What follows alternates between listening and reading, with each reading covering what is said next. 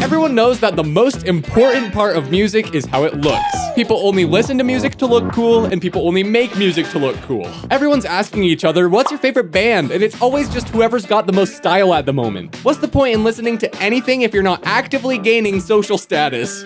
Anyway, the one piece of visuals that matters the most to a song or album is the cover art. This single square image is supposed to represent the entirety of the emotions and messages that are elaborated on further in the actual songs themselves. And let me tell you, they do not get these right a lot of the time. So today we're gonna go through 5 of the most iconic album covers of all time and remake them to be overall more accurate, cool, or just overall better. Welcome back to Fix the World, where we fix the entire planet one bit at a time. Let's just get into it. Okay, so like I said, we're gonna try to go for the most iconic covers of all time, not necessarily the most iconic albums of all time, but there is a bit of overlap with that. You're probably gonna recognize at least a few songs off of each one of these. Now, I thought this was just actually called the Blue Album, but apparently Weezer just names a bunch of their albums Weezer, and that's it. So people use the main color of the background as a way to differentiate which one is which. Anyway, I was doing some research on the album so I could see what we could do to change the cover, and there's some interesting fun facts here. They give themselves some really weird rules when recording this, like no reverb and only downstrokes on the guitar, and treating the guitars and bass as a single instrument that always played in unison. But one of the most interesting details for me was that they actually replaced this dude's head. The original photo looks something like this, and you can see the difference, but it's such a subtle change that I'm curious why they'd go through the effort to do that. It's a good Photoshop, don't get me wrong, but now that I know it's different, I can definitely tell. Like, the lighting on this dude is harsher and the white balance is off, but I think the old one was just fine. Let's just put it right back on there. There we go, now he fits in a little better. I also found out that they practiced barbershop quartet style songs, which is so cute just imagining all these guys singing together like that. So let's give them the matching hats to commemorate that.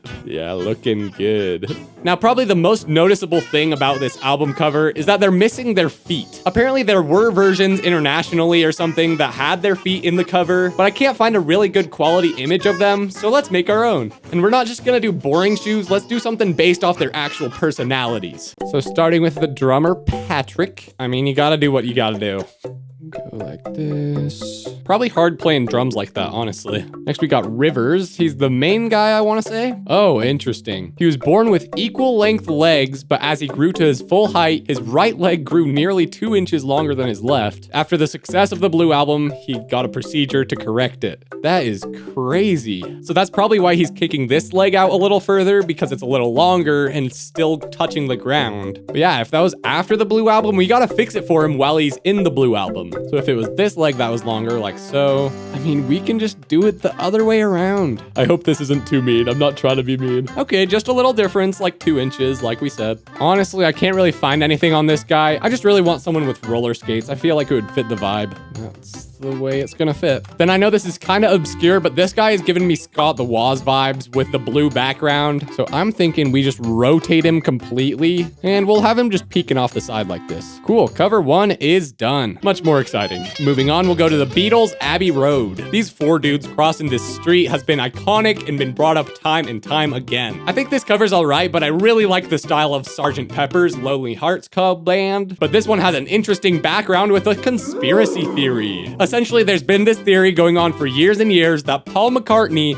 way early on in their discography. People say he got in a car accident and the other Beatles tried to hide it to avoid mass hysteria among the world. Now, the Beatles have all denied this, including Paul himself, but this cover has a few interesting things that could hint at this theory being true and the Beatles just not outright saying it. For one, Paul's just got his dogs out barefoot on the street. Apparently, in some cultures, people are buried without their shoes. He's also stepping opposite of all the rest of them with his right foot forward while they all have their left. And finally, he's holding a cigarette with his right hand, even though he's supposedly left-handed. Anyway, in terms of fitting the vibe of the songs, they definitely are coming together. But if you've ever listened to the Beatles with headphones on, you know that almost always all the instruments are panned super hard left and right. So to represent that, we'll put the Beatles on opposite sides of the cover. Let me just take these guys out real quick. And if you didn't know, there was a bunch of drama between Paul and John Lennon. I mean, really, John Lennon was problematic for the rest of the Beatles in general. John Lennon was bringing around his girlfriend, wife, wife,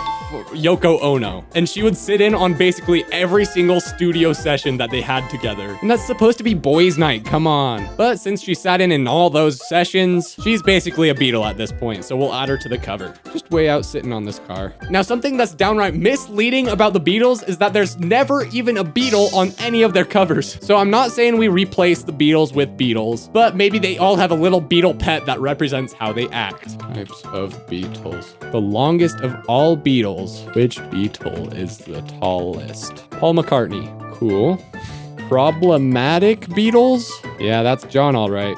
What's George got going on? Who's interested in motor racing? Okay. Fastest Beatle. Australian. Ooh, that looks crazy. There we go, George. Very good. Actually, instead of Beatle pets, we'll make them be like some sort of spirit hovering behind each one of them. And Ringo. What's Ringo got going? Star is a vegetarian.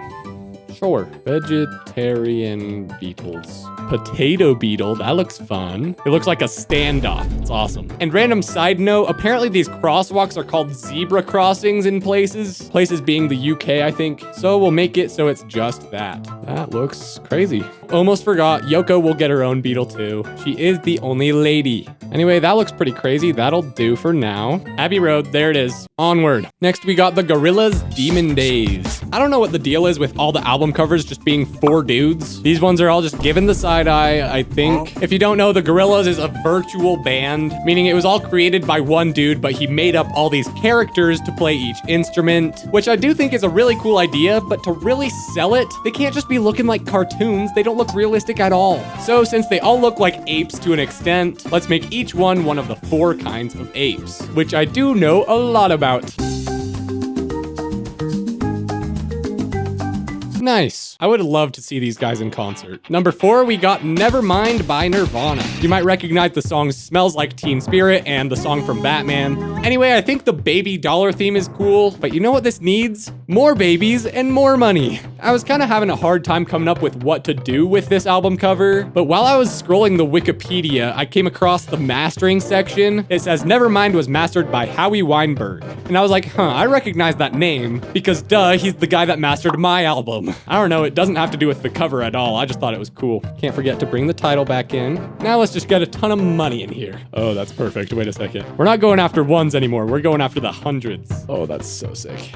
I know it's kind of just the same thing, but upgraded, but that's kind of the point. Then this isn't counting towards the 5 because it's not nearly as iconic, but I just really wanted to get to this cover in this episode. Blonde by Frank Ocean. The concept of this album's release is really funny to me. Essentially, Frank Ocean was locked into some record deal that really sucked for him, and he only had to release one more album before he was out of the deal. So he released the album Endless, which I haven't even listened to, but I've heard it's at least fine. And then the next day, he released Blonde, which is like an actual masterpiece. But there's 2 big problems with it. Number 1, is it blonde or is it blonde?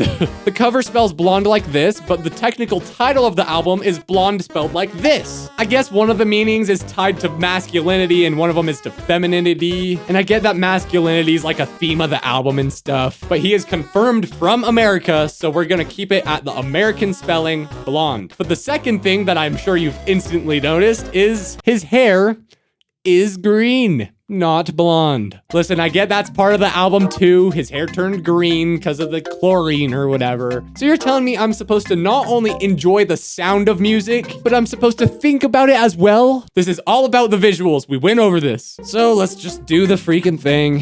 Whoa, look at that. Can you imagine if you could do that in real life? I don't know if I can even hit the blonde range. Let's just do one of these crazy ones. Yeah, that's awesome. And let's make room for the last and maybe most iconic album cover ever, The Dark Side of the Moon, Pink Floyd. This is a progressive and psychedelic rock concept album with really deep and meaningful ideas behind each and every song and lyric, which is like the most important thing to have in your music other than the actual sounds happening. And it's a nice bonus that they had a cool cover too, because my goodness, I think this is one of the only albums ever to have its cover exceed the actual album in popularity. You see this cover everywhere. It's one of those designs that basically everyone recognizes. It's very simple and clean, but it's not really elaborating on any of the feelings we're getting as we're listening. So instead, I think we should go through each song of the album and add an aspect from each one to the actual cover. Obviously, we gotta start with The Dark Side of the Moon, like the title suggests, which I'm assuming is this side. Goodbye. First song is Speak to Me. Let's just make the moon have a big old mouth. Yeah, I like this one. Next is Breathe in the Air. There's usually not air in space, but maybe we can add some air. Next, we got On the Run, which makes me think of some sort of crime or heist or something. So let's get some sort of heist situation going. There we go. Very good. Running on the moon. Then we got The Great Gig in the Sky. I mean, the moon is kind of already in the sky, right? So let's just get a gig going on top of it.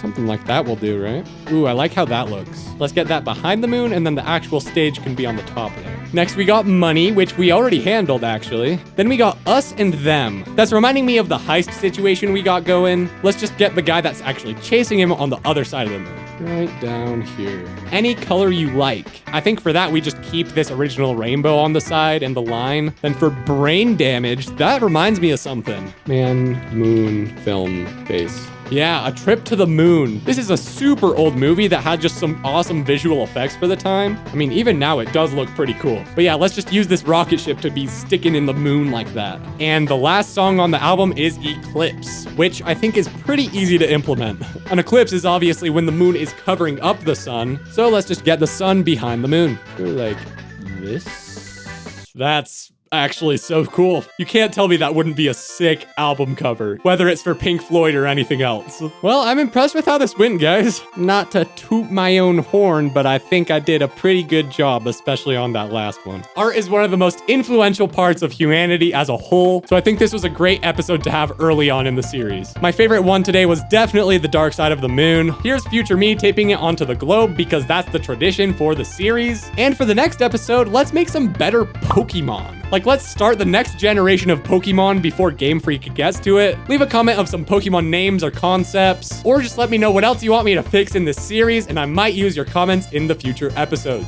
I see those comments easier if you're a channel member. Thank you guys for the support. And for more of these episodes, make sure you subscribe.